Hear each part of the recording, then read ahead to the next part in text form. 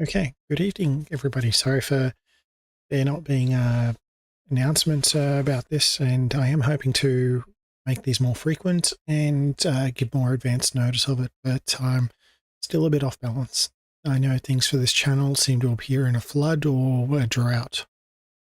So this is a office hours video presentation. So I'm going to do these in a series. It's meant to be a part where I'm available, where people can drop in and ask questions about just about anything. There's some questions I'm not going to answer if they're explicit or similar. But if you've got a pronunciation question or difference between words or something along those lines, certainly drop it in. I will try and fill in the time with some other things, and might be a slight delay in getting to your question, but I'm pretty much here to answer questions first and then do a presentation second. But I want to, rather than sit around and do nothing, have something to present. So one thing I've made a while ago is a list of movies that I'd recommend. So while you may be in a country where English isn't a predominant language, you could have a rather big video library, and I wanted to make some movies I'd recommend to first see. So I've sort of split those into a few different categories of good to watch first. Cinematic masterpiece.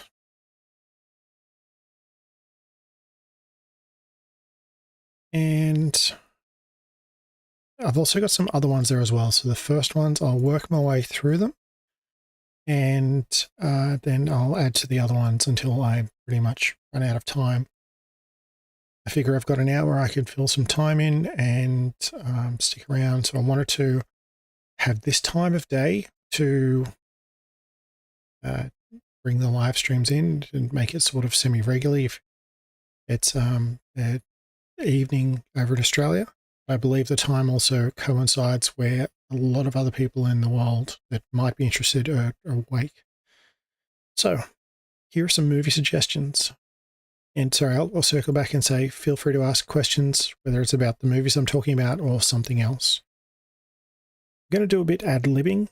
I wanted to do some where I was reading a script, or at least having some bullet points to go through. I don't exactly have a lot of time as a public speaker, but I'm hoping to use these to get better. And with the office hour as well, I'm not really expecting things a very well-polished presentation, but to be here and responsive. So there's a few videos that are on YouTube at the moment. They're free to watch, though they will have ads in them at the time of broadcast. And there are a big list that I've had a while ago that I had, and they change. So if it looks like the copyright owners of the movies get to decide what's that, they might say, well, sales are down, so how about we change it over to free, and then free we get the ad revenue off it. But there's also cases where they might make it available multiple ways, where you could rent the video and not have any ads, but you have paid for it, but you also at the same time, other people who don't want to pay for it can watch it and get some ads. Now, they are available at the time of broadcast, but they can change anytime. So I've got a link of some into the description of Wargames. It's a mad, mad, mad, mad world. Three Amigos and Hackers. Plus, there's a few other ones that I think I'll be linking to. If I do individual videos recommending movies, I'll link to the trailers afterwards. And there's also a few other categories. So, yeah, cinematic masterpiece as well. I'll just bring these down for a bit, and I've just realized I've taken it off the screen. So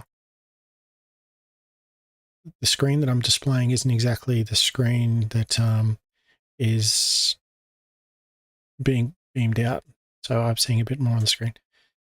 Anyway, I think I'll kick off with Ferris Bueller's Day Off. So, of course, it's a good movie to watch first. Ferris Bueller is a teenager. He's in his last few years of high schools. He's a bit of a slacker, and he's doing quite well at school. Like he's smart, sort of for his age, and he's coasting along. He's not really putting in a lot of effort to get good grades.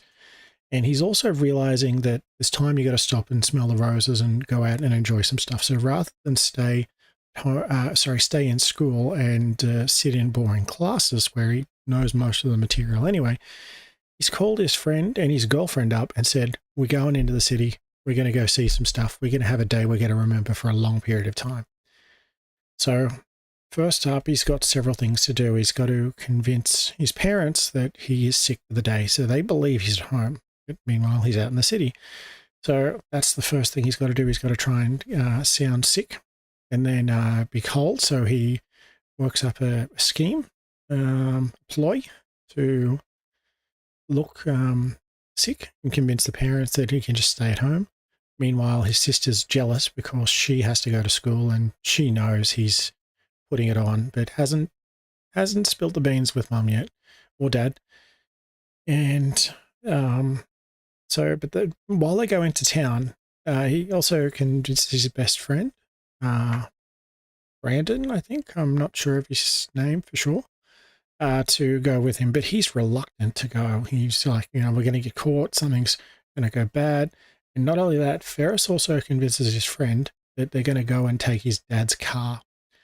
And he is very reluctant to go because his dad loves his car. He knows how many miles are on the odometer. So if they take it for a drive, it'll recognize that there's 10 more miles on there. And he'll get upset because he polishes it every Sunday. And he's like, "We'll sort it out. We'll wind the clock back. We'll put the car up on stilts and then put it in reverse. And that way it'll wind the clock back." And once him and his friend have Cameron, is his friend's name? Cameron. And once he and Cameron have confirmed, he then calls the school up to get his girlfriend out. But meanwhile, the principal, he knows Ferris and he knows he's up to no good. So when he's not there and all of a sudden the parent of his girlfriend is called up saying she needs to be picked up and she be brought out to the front of the school, he's very suspicious and wants to get to the bottom of it. He's got a axe to grind with Ferris, and he wants to bust him bad. So I think the way he gets to spend another year and he gets to sort of rub his face in it. I'm not too sure exactly why, but anyway, Cameron, Ferris, and his girlfriend then leave the school and then go into the city for a big day. They go to several different places. They go to a restaurant for fine dining. They go to a museum. They go to the stock exchange. They go as part of a parade. They go to a baseball game. They sort of do it all. And as they get through the day, words get around that things start to unravel. So Ferris has to step very carefully to make sure that his dad and his mum don't find out he actually was sick and then went for a big trip into town. And that's so because they go to so many places throughout the day, all the different places, I figured that's a very good movie that's good to watch first and introduce people to it. So I'll stick on with this. So Bedazzled is another one. So Brandon Fraser stars as Elliot, and Elliot works as a boring office job. All of his friends don't like him. He's got a crush on a lady I think he works with, who I think barely knows he exists. She doesn't reciprocate these feelings at all. So he's realizing it, he gets socially awkward. So and he ends up going out to drinks with these or finds them by luck, chance, in a bar, and they all try and duck away. And as Elliot's leaving, this lady crosses his path. And initially, Elliot's skeptical, but it turns out she's the devil and offers to make a deal with Elliot. Elliot can have 7 wishes, and Elliot gives up his soul when he dies. So the devil can do evil things with it. And he is convinced he's convinced he can make this lady he's head over heels for, fall in love with her, and starts making wishes. And the wishes put him in several different scenarios, and as often with deals with the devil, the things don't go well. So he makes things not specific enough. And as an example, he wants to be rich and powerful. And so the devil grants him a wish and makes him I think, a Colombian drug lord. And he wakes up, he realizes everything's great, he's rich, he's powerful, he knows Spanish, and then finds out, and he's still got his same people that he works with are now in different, slightly different roles of, they're still his friends, but they're also now part of the Cuban drug gang. And Elliot later finds out that the girlfriend he's got a crush on is still there as well. That she is getting, and she speaks Spanish as well, and she's getting English language lessons from a tutor who she's seeing on the side. So Elliot isn't happy with this, so he ends up contacting the devil again to rescind the wish and then use another wish. He goes through several different iterations. So you get to see a lot of different things rather than some movies where it's, say, just in a phone booth, or there'll be one I'll be getting to later. Might as well put it down now. It's largely on a bus. So, and that's Bedazzled. So the movies that I've got links to in the description are Wargames. Matthew Broderick, the same actor that plays Ferris Bueller, also is playing a teenager that's very smart, and like in Ferris Bueller's Day Off, he can do hacking, but he's more of a straight-A student, but quiet. Still a bit of a smart ass though. And he wants to learn. He's got a magazine. He's found out that there's this company developing artificial intelligence, and it's going to revolutionize playing games. So he wants to play these computers. So he starts using his old computer, trying to contact other computers. And he ends up finding out that the company that's doing this is related to a Department of Defense contract. So a few years ago, at the height of the Cold War, because this movie was made in the 1980s, and the technology then is very different from technology now. So I think you see old computers where they've got magnetic tapes that store programs on it, and programs are in kilobytes and bits rather than megabytes and gigabytes of code now. So he wants to go play these games. And because it's the Cold War, the United States government has conducted several tests. They have missiles with nuclear weapons ready to launch to Russia, and in case the Russians have launched nuclear weapons at them as part of mutually assured destruction. But routinely they do tests with their people that man these silos, and they send them messages as if the world is on the brink of war, and they test them whether they will actually fire the missiles if they're ordered to, because normally they sit in 24-hour shifts in remote places alone. Well, not alone, but a small group, and I think they're in pairs in the video. But they find out, the US government finds out that even if they get properly formatted orders, that the people are reluctant to launch the weapons. And they take the people out of the loop. They replace them with a computer program that is linked up with this software company that develops it. Which brings us back to Matthew Broderick. When he hacks into the company and gets the computer talking, he sees the list of games there of chess, poker, tic-tac-toe, and he finds there's a few interesting games there as well. So one of them is Global Thermonuclear War. And he's like, this is a great game. I can play as the Russians, and I can see how we go and game out. And something similar to, I guess, a game of Risk, but on a different scale where there's planes in there. So he kicks off the game, and the computer believes it's real. So the computer starts playing against itself. And unbeknownst to Matthew Broderick, he hacked into the actual defense system, and the computer is now playing a game where it believes it's a beam and under an attack. And it's because it's now fused into the system, it's capable of generating units that appear on actual defense systems. So NORAD believes at some point that there is Russian aircraft. So they send up their own fighters to look at it, and the light fighters are like, well, there's nothing here. So there's now a race to, because the game looks like it's set to complete the game and launch the missiles, that they've got to try and figure out a way to stop this from happening. So, yeah. It's a Mad, Mad World is a relatively older movie. I think it might have been made, can't tell if it's in the 50s, 60s, maybe 70s. It was quite some time ago. But it starts out with a group of several different people driving along a highway. And they find out there's a car speeding along them, and it passes several of them. And then the driver loses control and drives the car off a cliff. The people that haven't met before all stop and help, and then go down to see there's a man pretty much on his deathbed, and he says, I've gotten a whole bunch of money.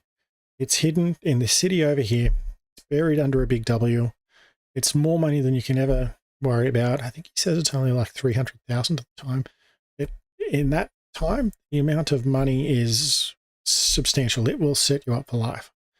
So, and these people are like, well, do we believe him or not? And then it turns out that the police are chasing the man who was driving the car that crashed.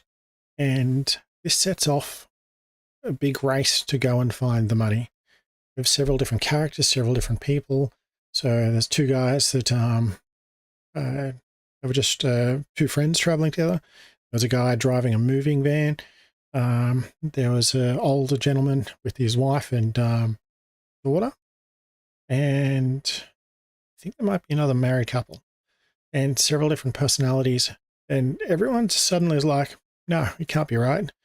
And then they start driving off, and then people start, like, everyone's keeping an eye out on each other. What are they doing? Are they going to make a break to try and get the money because we want to get there? Because we all said we won't. And then eventually turns into a race to go and find the money. And they go through, each of them go through several different challenges. So someone finds themselves, I think, locked in a hardware store. Another group of people tries to get there faster and then rent a plane. And things don't go to plan. So it's not quite a drama. I think it's more of a comedy. And things culminate in the end because there is money. It is buried, hidden and buried. But there's also a cop who's been chasing this criminal who crashed over the hill, and the cop wants the money for himself.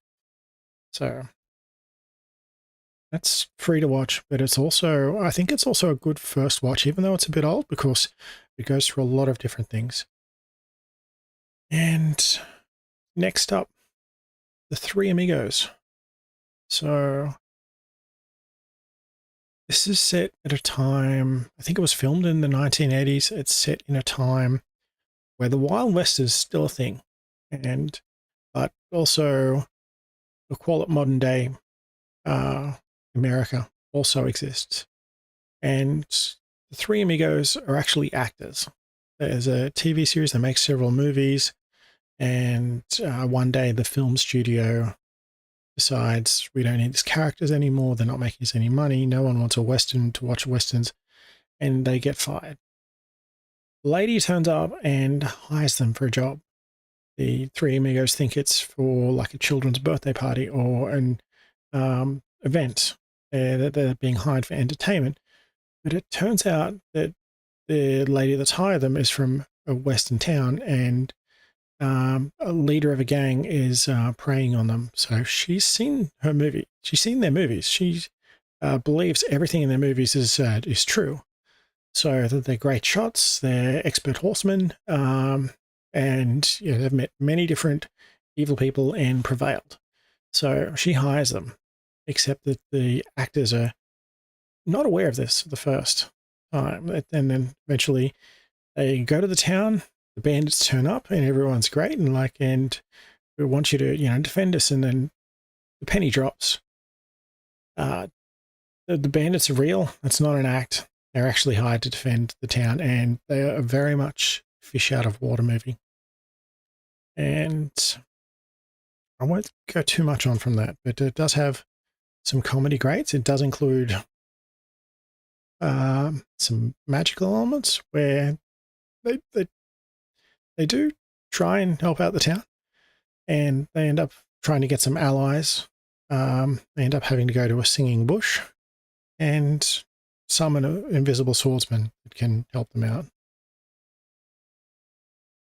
Hackers.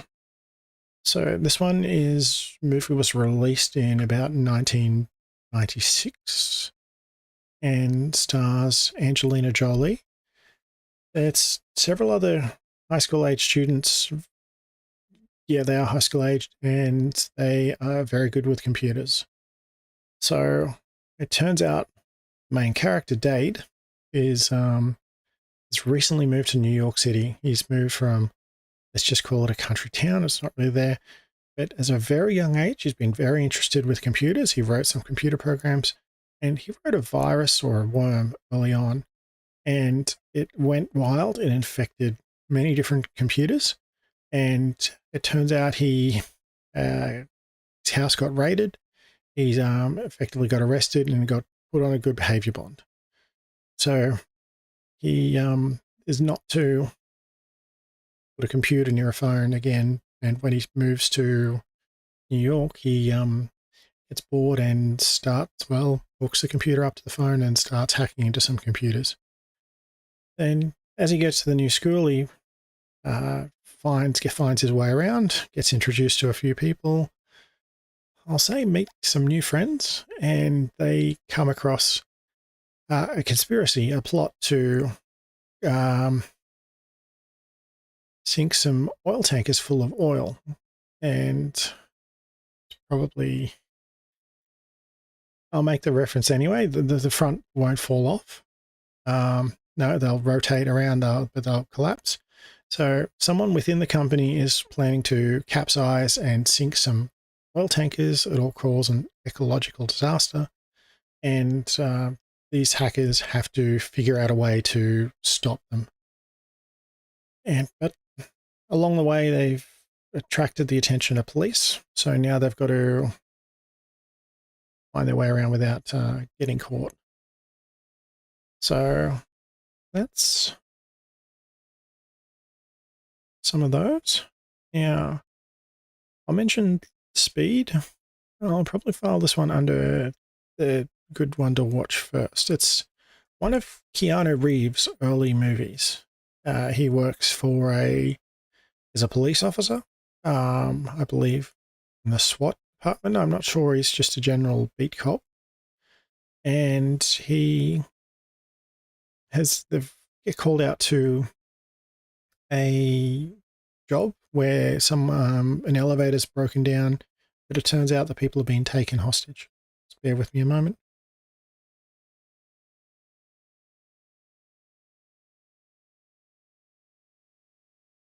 All right, I'm back. So there's several people trapped in an elevator, but there's also explosives in the elevator. So the cable's been cut, but the emergency brake has been activated. But if the police try and rescue the hostages without paying the ransom by the bad guy, then the bad guy's going to fire the explosives holding the elevator emergency brakes, and it's not going to end well. So the cops have to find out who this guy is and how to stop them. And along the way, they find out he's a cop. Quick thinking helps them foil the plan. But the cop escapes, and he's got a chip on his shoulder. So he then gets another explosive device, puts it on a bus. Now, once this bus gets above, I think it's miles, being America, not kilometers. Once it gets above, it has been a while since I've watched this, 60 or 40 miles an hour, the bomb gets armed. And if the bus gets slower than that, then the bomb's going to go off. So there's a rush to find who the bomber is, if they can figure them out where the source, or whether they can get on the bus and disable it. And Keanu Reeves ends up rushing to find the bus and finds it, and then gets his way on just before it hits the time. But unfortunately, it goes so fast that it's now driving around the city and can't stop unless they'll set the bomb off, until they find out how to defuse the bomb. And was a pretty good action movie at the time. So the Blues Brothers, I'll put this as another good one to watch first, based on the amount of different things that happens in it. So Jake and Elwood Blues are in a band, or well, they were in a band, and they also grew up in an orphanage. So we join, I think, Jake, because I think Elwood's already out, and Jake has been released from prison. And as he gets integrated back into society, he goes back to the church, the missionary, and speaks with the nun, and then finds out that they have to raise some money to, otherwise the church is going to foreclose, and I think the orphanage will close and similar. So the Blues Brothers have to get the band back together, put on one big concert, and get the money for it. But along the way, Jake runs into his ex, and they're not on good terms anymore. And there's several other things that get in the way, which includes a very large police chase at the end and the National Guard being caught out. So, as I said, a lot happens there. You get to see a good variety of stuff. So, another one, I'm actually going to file this one as a cinematic masterpiece. A few people will disagree, but I think it's a pretty good film. And Jack Burton is a truck driver. Movie starts, well, with him delivering some goods and catching up with an old friend, and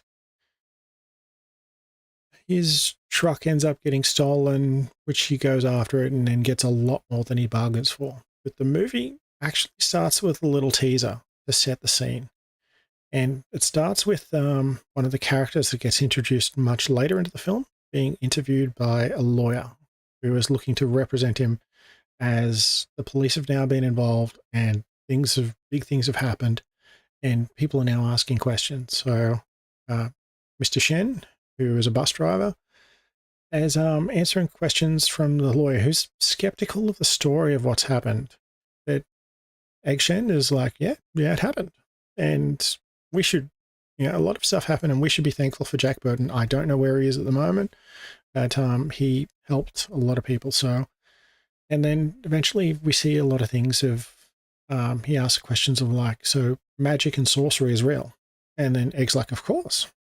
And then he's like, how do you expect me to believe this? And then to finish off the cliffhanger introduction, we see Egg open his eyes wide, put his hands about 30 centimeters away from each other, and then you see lightning shoot from one hand to the other. So we as the audience now get to see that in the movie, Chinese black magic is real. So we then cut to Jack, who's driving his truck and talking on a community band radio, and he's arriving into the city. I think it might be New York, San Francisco. I'm not sure. It's an American city. It's a big city. And he ends up going to a market and drops off his delivery. We're not too sure what it is, but I suspect it might be food of some sort. And he then has time to relax, kick the shoes off, relax, and joins his old friend and some other people for some gambling. We see this occur throughout the night. And then after they wrap it up, they end up going to the airport to meet his friend Wang. His friend's girlfriend is coming to America to live together. Have saved up money. They're going to live together. But as they meet at the arrivals, a gang has abducts Wang's girlfriend and speeds off. They drug her, put her in the back of a sports car, and drive off. So Wang and Jack now have to go chase her down, which leads them to Chinatown and a funeral. And everything's all fine until a fight erupts and Jack sees some people do some things he's never seen. So he abandons his truck. They pretty much run to their lives. And later he says, well, I need to go back in and get my truck, and then let's get the kidnapped girl as well. So it goes for a bit of a magical adventure. And we then get introduced to Egg Shannon, who was talking earlier, who's a very wealthy businessman and tour bus operator. So that's all the ones on the screen. I'm just going to get some of my notes off screen and write some more.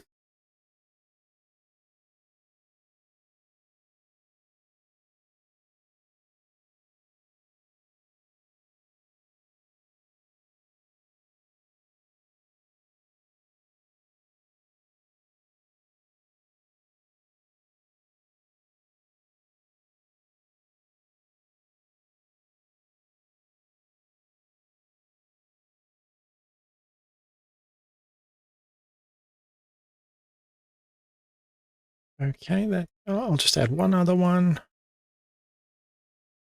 Let's put that up here and put plus more as the heading, and I'll add another one.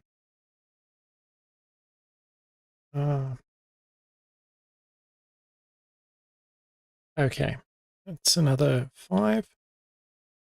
Another, pretty much this is close to a good one between cinematic good to watch first and cinematic masterpieces, is Back to the Future trilogy. So there is Back to the Future Part 2, I think, and then Part 3.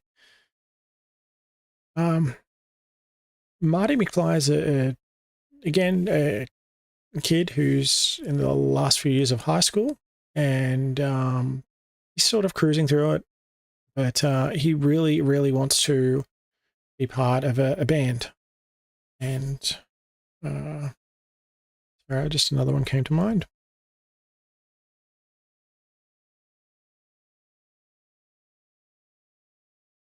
The band set me off. Bill and Ted also wanted to be in a band. There we go. Get it on the screen right. Okay, so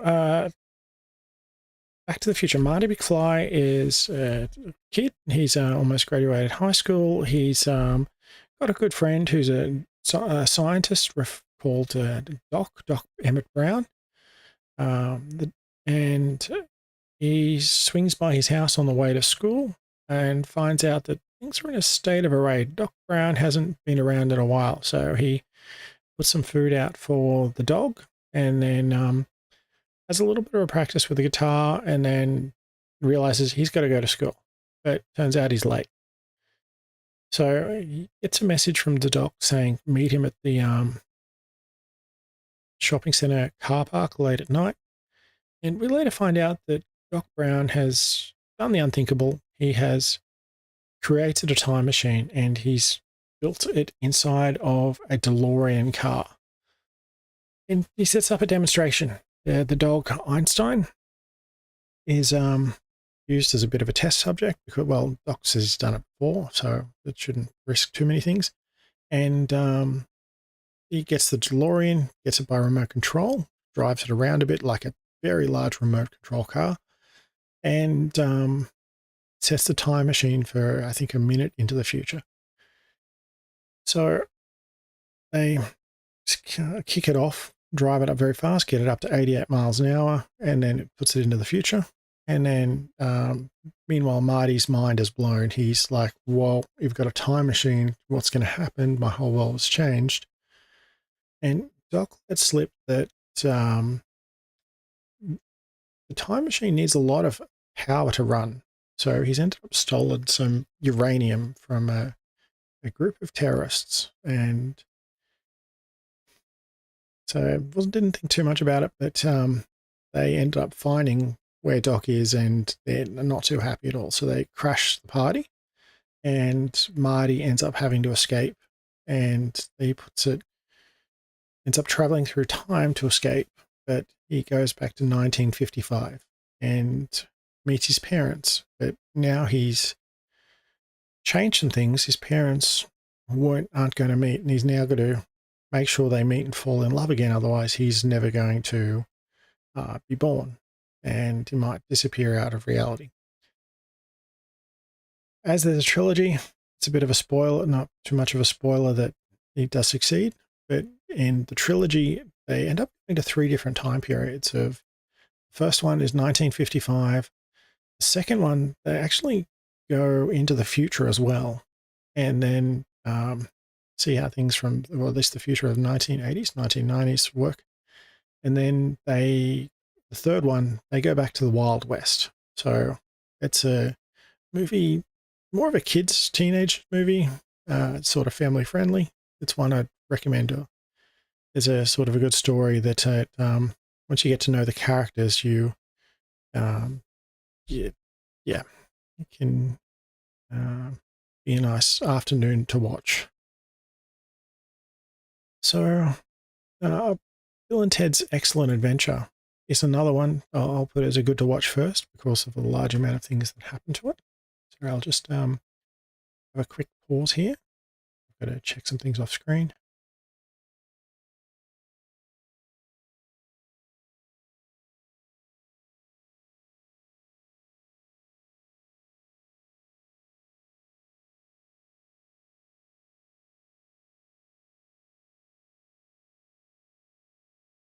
Okay, no worries. So this is another Keanu Reeves movie, and again, last part of high school. But Bill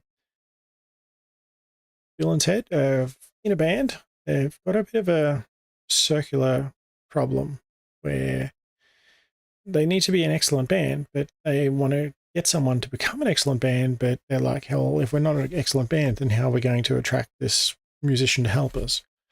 And they heart's in the right spot, but academically they're not doing so well. And I think it's Ted's dad.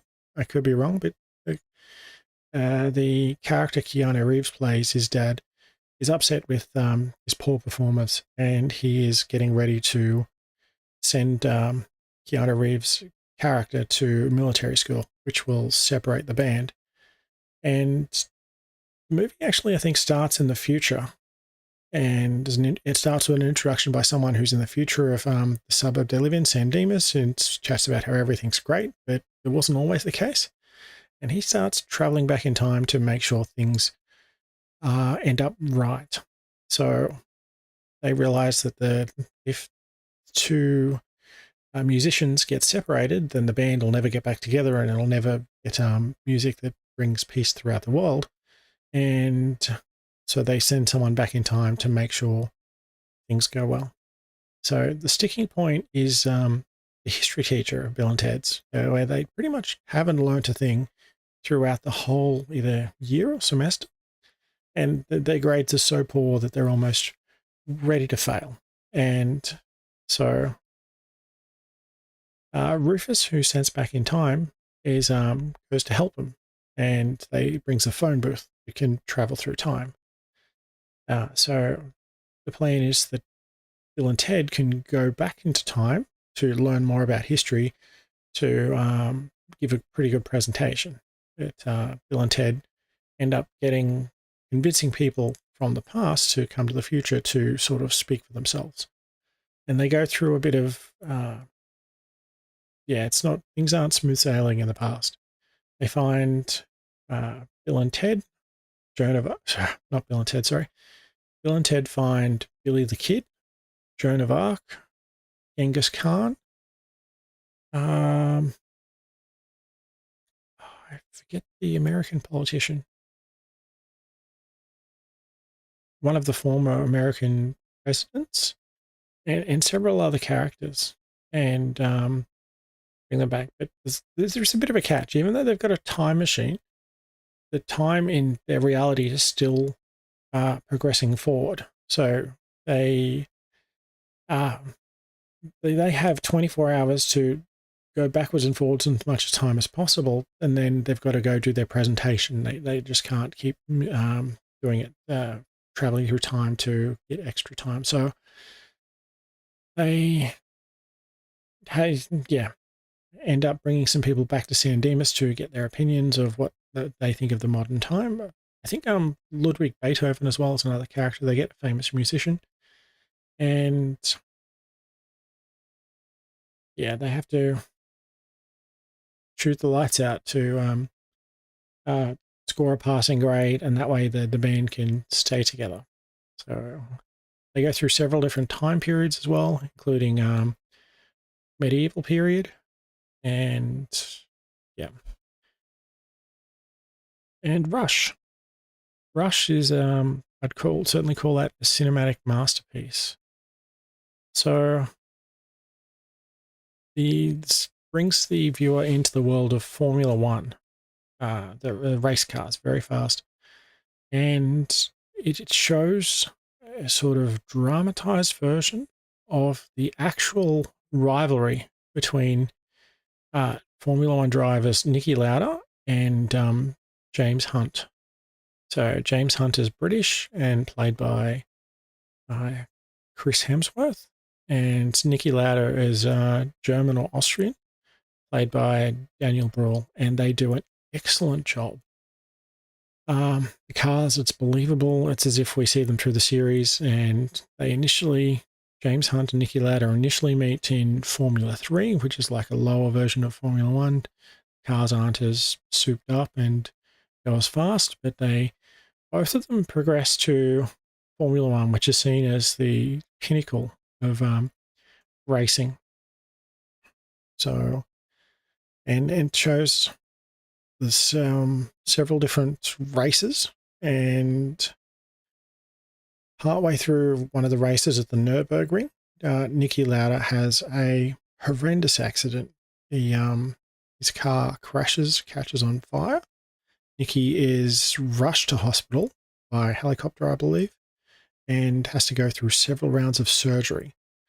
But later rejoins the championship, and it all culminates in one last race in Japan, where if James Hunt can get a big enough lead, he will become champion. But Niki Lauda has well in the running. It's something I'd suggest as a movie night, like put it on the big screen, turn the phones off, and yeah, it's not just something to watch in the background. It's something I think to get fully engrossed in. So another one, Miami Vice. I'll just this is others.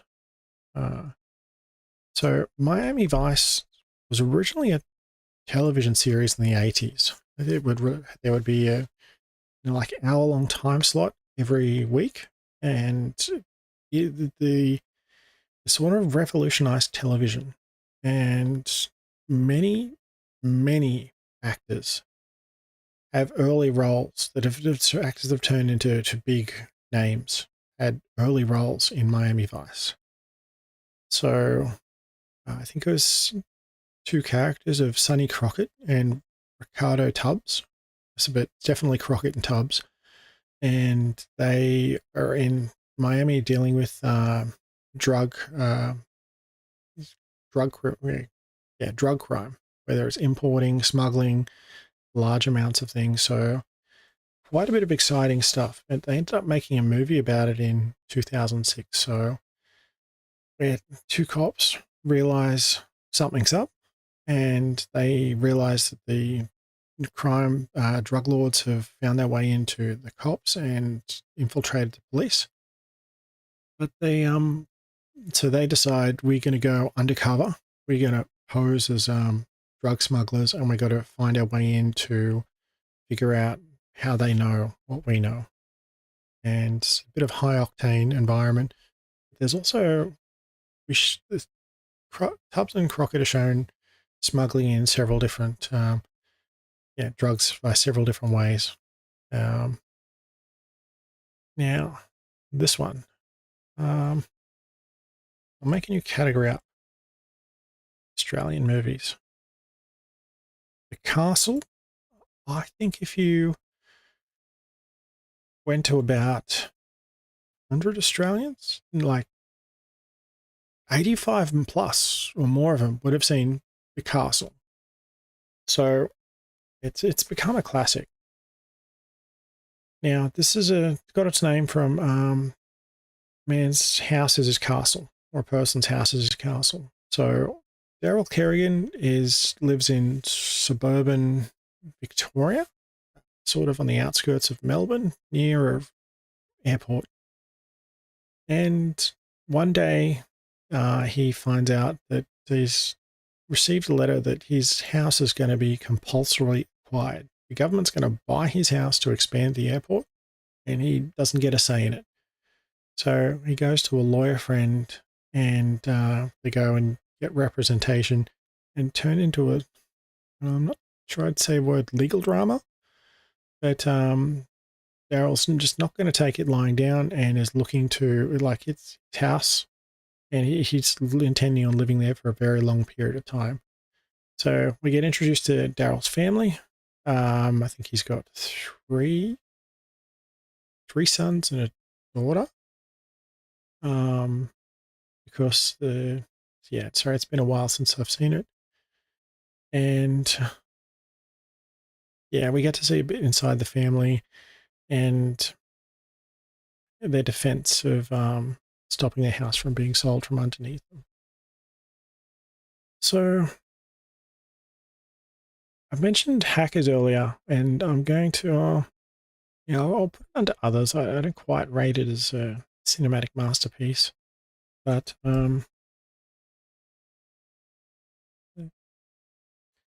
that one can go over there for the moment. But sneakers. So Robert Redford stars as Martin Bishop, and him and his friend Cosmo have been going through university, and they're hackers. They're breaking into banks, and they're trying to be digital Robin Hoods, and they're stealing money from bank accounts and then transferring and depositing them to that. But they're off hacking, and one of them has to go out for pizza because they're hungry, and which is Robert Redford, but the cops have found out where they are and raid the joint. So as Robert Redford's coming back for the pizza, he sees the police run into the house and his friend get arrested, and he manages to escape. So he then is scared straight and stops breaking into computers, other people's computers for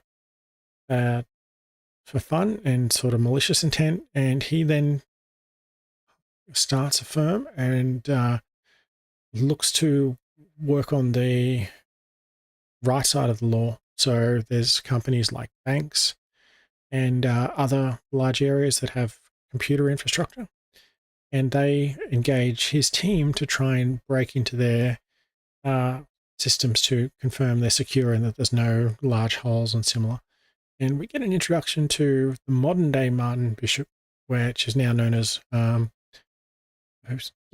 day Martin Bishop, where such a raid occurs where they end up breaking into a bank, and it only becomes apparent to the people that are running the bank when he goes in to withdraw a large amount of money and then goes to the senior management to present his findings.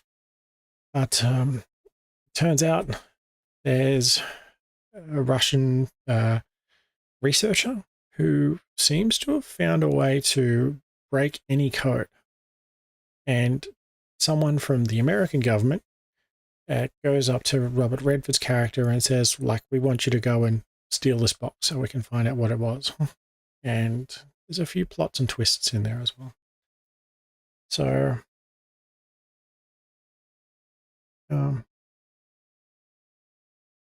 now, The Martian.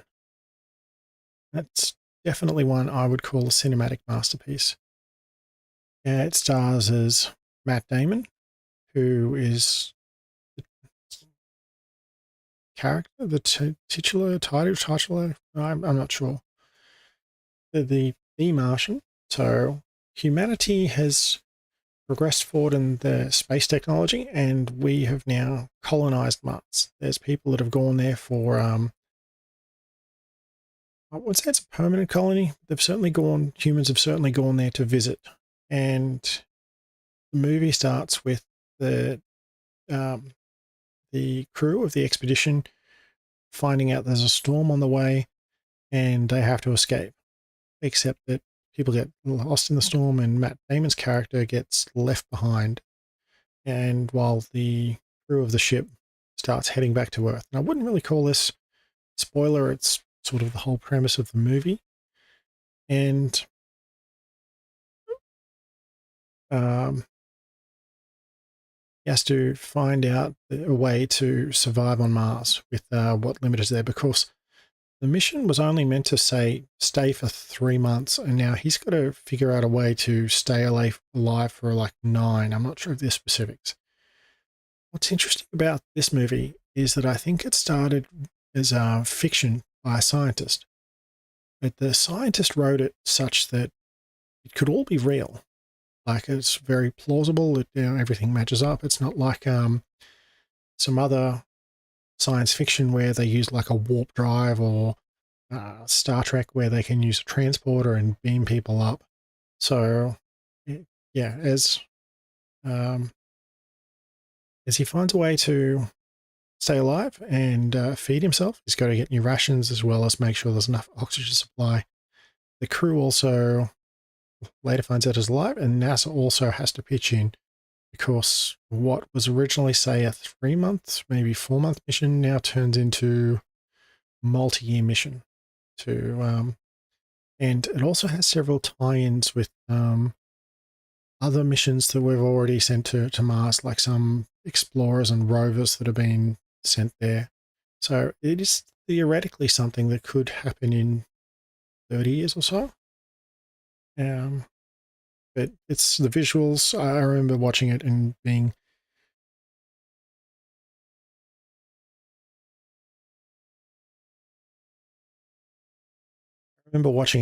impressed. So yeah, and just check something else as well.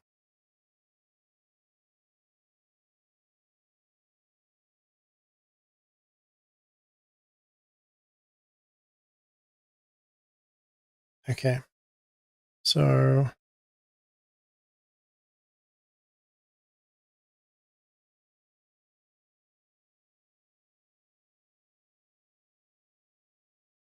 yeah, I'll just put 2 more movies down, and I'll probably wrap it up soon. Starting to feel my voice is getting a bit strained.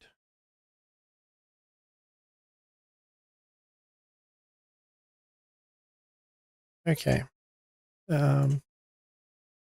First one is Love Actually. And yeah, I'll put this under cinematic masterpiece.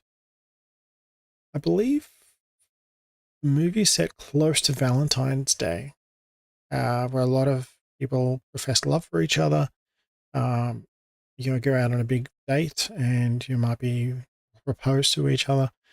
But the movie shows many independent stories of couples or groups of people that know each other, and not all directly.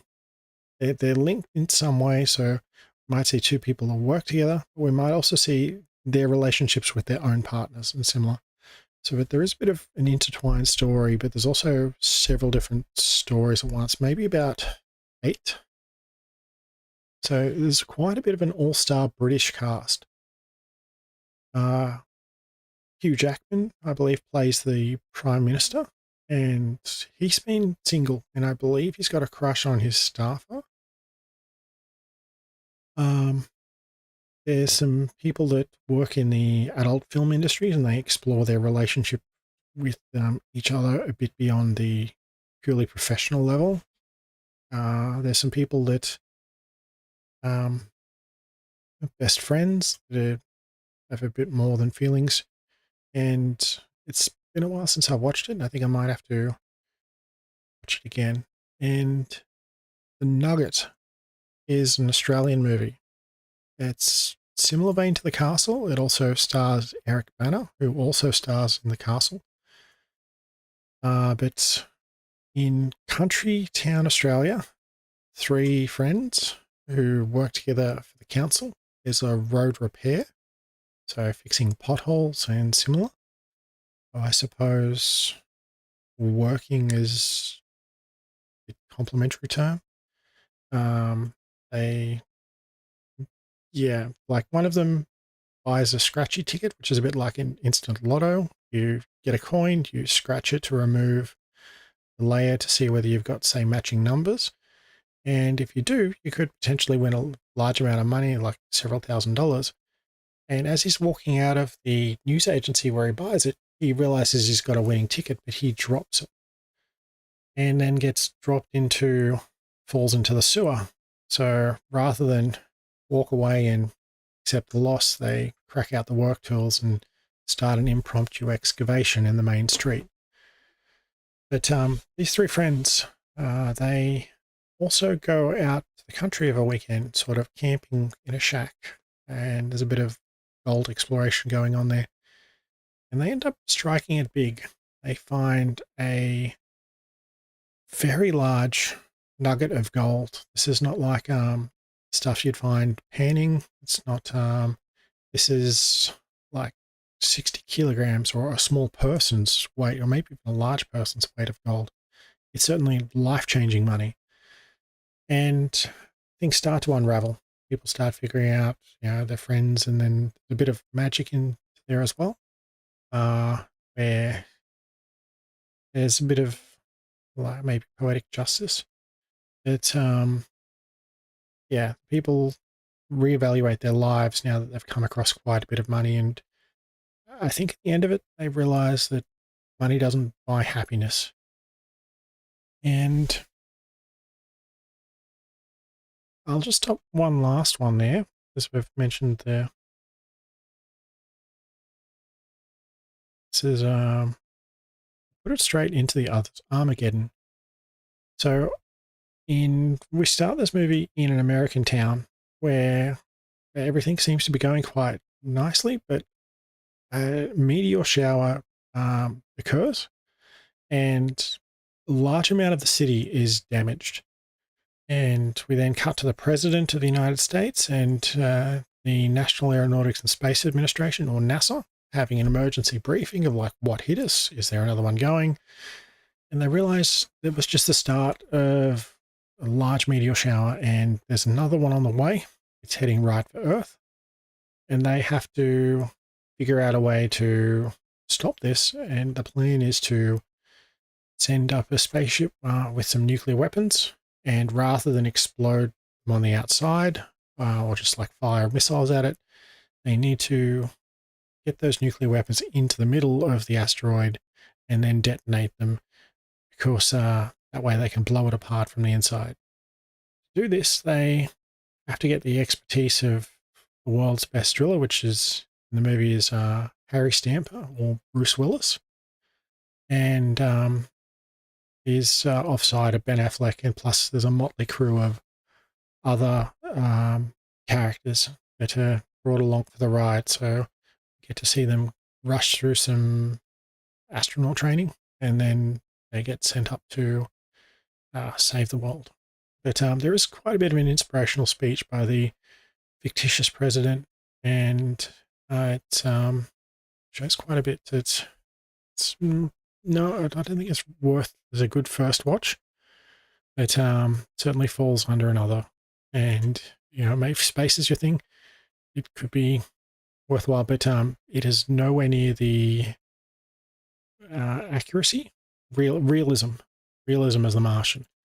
It turns out NASA just happens to have some spacecraft around, so it can do the trip, and there's a few other things that just happen to work. So I think I'll wrap it up there. I am sort of using this stream to have a bit of a stretch and try and figure out some way around some things again. I will be looking to do quite a bit more of the office hours. I don't want to do it as a full-up presentation just yet, so I'm sort of using this as a cheap back way of doing a presentation, but not quite having the standards myself, which is one of the things that I know has gotten in the way of me doing producing material before, where I've wanted it to be pretty good, but I couldn't quite line the planets up to make it so good. So I know this may not be your thing, but I believe this is the best way I can get some more stuff out to the channel. So if got any questions, even about questions about anything else I haven't presented here, then let me know. And I'll see what I can do to get back to you. Yeah, but I'll be looking to do something along the lines of a course and work my way through increasing vocabulary as well as having some movies to recommend as well and having some synopsis written out as well. So something like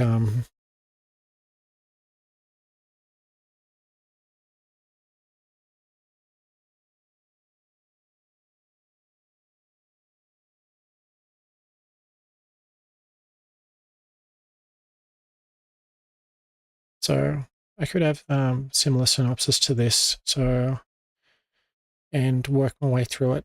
Um,